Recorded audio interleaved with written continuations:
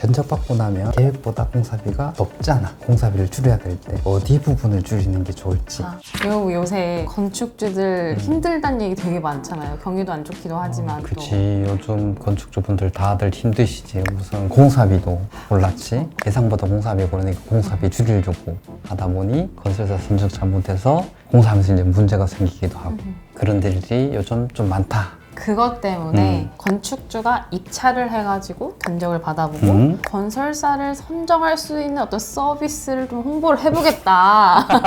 당당하게 지금 나오셨는데 홍보를 좀 하려고 오늘은 공개 경쟁 입찰로 공사비의 거품을 걷어내고 좋은 업체를 선정할 수 있는 서비스 아키어 입찰한 서비스를 홍보하러 나왔어. 본격적으로 이모부께서 홍보를 하시기 전에 질문이 있어요. 사실 제가 오랫동안 공부를 해왔잖아요. 초급자 과정부터 중급자 과정까지. 근데 그러면서 이거 힘든 게 한 5가지는 되는 것 같다.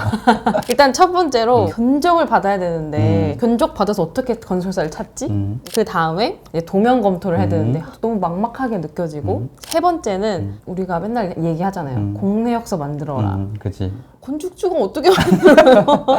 네 번째, 견적을 잘 받아서 건설사를 모집을 했어요. 어떤 건설사가 좋은 건설사죠? 그치. 이걸 어떻게 구분을 하는지 모르겠는 거죠. 다섯 번째로 공사 계약서를 써야 되잖아요. 너무 막막해요. 이 서비스가 다 해결을 해주는 건가요? 그걸 해결해주기 위해서 만들어진 서비스야.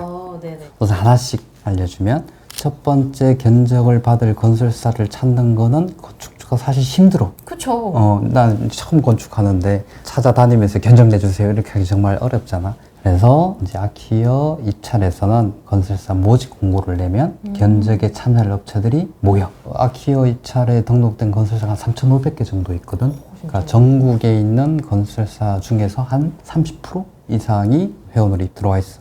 그래서 보통 모집 공고 내면 규모에 따라 좀 차이가 있긴 한데 한 20개 정도 건설사가 입찰을 하겠다고 와 견적을 내보겠다고. 20개나 견적을 내겠다고 하더라고요?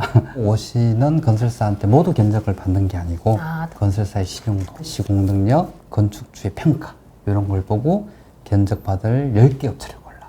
이제 거기서 이제 또 저희가 비교를 하는 거네요. 그치. 이제 20개 업체한테 다 받을 필요는 없으니까 서류적으로 견적 낼 업체들만 딱 골라가지고 견적 받는데, 자 보면 자 여기 아키어 들어와가지고 건설사 모집 공고를 누르고 현장 정보를 등록을 해. 규모하고 이런 것들 기본적인 정보를 등록을 하고 공고를 딱 하면 이렇게 지금 여기 35개 업체가 왔지. 아까 20개라면 더 많이 왔네요. 이건 규모가 조금 있어서 그래.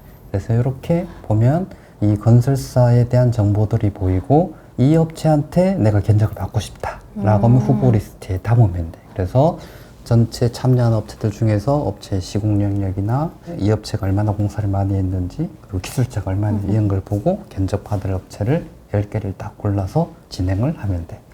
건설사 찾는 거는 어쨌든 쉽게 해결이 됐어요. 근데 문제는 도면 검토를 해야 되잖아요, 우리가. 그치. 우리가 중급자 과정에서 했던 게 건축주가 관리자가 됐을 때 해야 되는 거를 이제 알려줬잖아. 그러니까 아키히어 입찰에서 도면 검토를 해주진 않아. 하지만 도면 검토를 할 수 있는 BIM을 제공을 해줘. 좀 살짝 속상할 뻔했어요. 그리고 견적받을 수 있는 공내역서도 만들어줘. 보통 근데 공내역서 저희가 돈 주고 맡겨야 되는 거 아니에요? 그치. 돈 주고 맡겨야 되는데 요 서비스에 다 포함이 돼 있어. 한번 보여주세요. 자, 요게 이제 아키어 입찰을 신청을 하면 나오는 스마트폰 BIM이라는 거야. 이건 많이 봤지, 그지? 그죠. 건축주가 건축을 하기 전에 실제로 어떤 건물이 지어질지를 미리 지어보는 거고, 이렇게 평단면도를 이렇게 잘라서도 볼 수 있고, 그러면 여기서 보는 게 뭐가 있느냐 하면 이렇게 도면 검토 탭 같은 게 있네요. 도면 검토 탭을 눌러서 이렇게 3,000평면도다. 그러면은 이렇게 3D하고 2D 도면을 교차해서 검토를 할 수 있어요.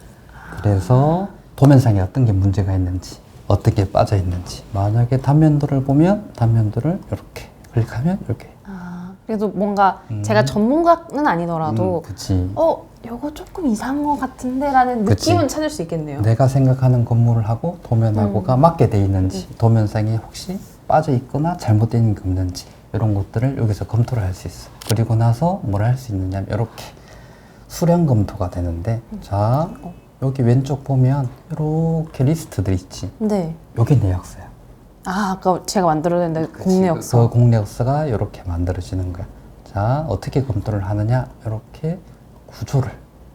따로따로. 그렇지. 이렇게 구조해서 여기에 2층은 이렇게 돼 있다. 그래서 요 보는 수량들이 얼마다. 아니면 단열이 제대로 된지를 보고 싶다. 그러면 단열을 선택하면 이렇게 이 건물에 들어가는 모든 단열을 이렇게 볼 수 있는 거야. 이게 각각 층별로 이렇게 볼 수 있는 거지. 그럼 밀실하게 감싸 있어야 되는데 여기 뭐가 빠졌네. 빠졌어요. 그치. 그러면 그렇게 해서 이 서비스에서 도면 검토를 해주진 않아. 하지만 도면 검토를 할 수 있게끔 환경은 다 만들어주는 거야. 그래서 도면 검토가 만들어지고 나면 자, 이렇게 해서 내역서가 나와. 공내역서가. 따로. 그래서 아까 여기 돼 있는 내용들이 요 내역서들이 다 반영이 돼서 이걸 제공해 주는 거야. 제가 아까도 말씀드렸지만 이거 따로 만들려면 받아보려면 설계할 때 돈을 추가로 줘야 된다던가 아니면은 적산업체한테 만들어 달라고 한다던가 해야 되는데 그럴 필요가 아예 없는 그렇지. 거예요. 여기 이제 다 포함이 되는데 여기서 하나라도 해야 될 거는 기계 전기는 비하임으로 나오지 않아. 그 대신에 공내역서에서 세부 품명까지는 아니지만 중공정별로는 견적을 낼 수 있게끔 만들어줘. 그러면 이제 업체들이 견적을 냈어요. 아까 뭐 내역서도 받아보고 다 했어요. 그럼 이제 그 업체들이 괜찮은 업체인지 혹시 나한테 바가지를 씌우진 않는지 아니면 터무니없이 너무 싸게 했다던가 너무 비싸게 했다던가 알아봐야 되잖아요. 물론 건축주 입장에서 제일 싼 업체가 좀 좋아 보이긴 하겠지만 그건 위험한 생각인 건 잘 알고 있지. 그쵸. 그러니까 여러 건설사한테 견적을 받는 이유는 제일 싼 업체를 고르기 위해서 받는 게 아니고 견적낸 금액으로 실제 공사를 할 수 있는 업체를 고르는 거야. 자, 그래서 아키어 입찰에서는 견적을 받고 나면 입찰 보고서라는 걸 확인할 수 있어. 자, 여기에 이제 10개 업체 고른 업체들한테 견적을 받은 거야. 이렇게 해서 지금 각각 업체들별로 총공사비 비교를 할 수 있고 견적 상세 비교에서는 각각 업체별로 이 회사 위치라든가 시공능력 순위, 시공능력 평가의 공사 실적, 신용 등급, 보존 가능 금액, 국세나 지방세 체납까지도 확인할 수 있고 한눈에 볼 수 있게 그치. 했군요. 그리고 이제 총괄 집계표에서는 각각 공정별로 어느 공정을 비싸게 냈는지 어느 공정을 싸게 냈는지를 이렇게 한눈에 다 확인할 수 있어. 그리고 색깔별로 비싸고 싸고를 좀 그렇지. 이제 빨간색일수록 너무 비싸다. 파란색일수록 너무 싸다. 너무 싸다. 이런 빨간색이나 파란색이 없는 업체를 고르는 게 가장 좋겠지. 적정한 공사비 범위 안에 들어온 업체가 실제로 그 금액 내로 계약할 확률이 높아지니까. 자, 그리고 하나 더 뭐가 있느냐 하면 여기 공사비 분석 리포트가 있지. 요거를 보면 요렇게 나와. 요게 뭐냐? 아까 중공정별로 봤는데 이건 공정별로 나눈 거야. 구조공사, 창호공사, 방수공사, 단열공사, 실내 마감공사, 실외공사로 각각 업체들이 금액 비율을 얼마로 냈는지를 볼 수 있고 또 하나는 만약에 업체를 선택했어. 이 업체는 전체 공사가 8억 9천인데 네. 한 9%가 낮아. 오. 그리고 이 업체는 3층 공사비가 1억 6천5백만 원이야. 네. 2층 공사비가 1억 7천2백만 원. 2층의 창호 공사비가 4,900, 3층이 3,400. 이제 이게 왜 필요하냐면 견적받고 나면 계획보다 공사비가 높잖아. 그쵸. 공사비를 줄여야 될 때 어디 부분을 줄이는 게 좋을지. 만약에 공사비가 너무 높으면 한정을 다 날려야 될 수도 있지. 아니면 제가 뭐 한 층에 인테리어를 좀 더 저렴하게 그치. 한다던가. 아니면 빼버리거나. 네네. 그럴 때 만약에 이 현장에서 한 층을 빼버린다면 3층을 빼면 한 1억 6천5백이 줄어드는 거예요. 아니면 3층에 지금 실내 공사가 1,330만 원인데 이거를 내가 지정서로 빼겠다. 라고 하면 1,330만 원이 건설사하고 계약하는 금액에서 줄일 수 있는 거예요. 그래서 각각 공정별로, 층별로, 업체별이 공사비가 얼마나 들어왔는지 그리고 각각의 금액들이 너무 높은지 낮은지 이런 것들을 분석 보고해서 확인해 볼 수 있어. 이걸 일단 한눈에 볼 수 있다는 게 너무 신기하고 또 분류해서 볼 수 있다는 게 굉장히 좋긴 하네요. 근데 이제 요거를 만들 수 있었던 이유는 아까 비하임으로 만들었다고 했죠. 네네. 비하임으로 만들어진 데이터로 견적을 받았기 때문에 이게 가능한 거야. 자, 그러면 이렇게 견적을 비교를 해보고 세 개 업체를 선택을 해서 면담 후에 계약까지 가면 돼. 그 중에서 하나 골라가지고 그치. 일단 음. 서비스가 좋은 건 알겠어요. 제일 중요한 건 아무래도 가격이지 않을까 싶은데요. 우선 가격표를 한번 보면 제가 처음 시작할 때 뭐라고 말씀드렸습니까? 건축주님들 힘들다고요. 홍보를 하러 나오셨다면서요.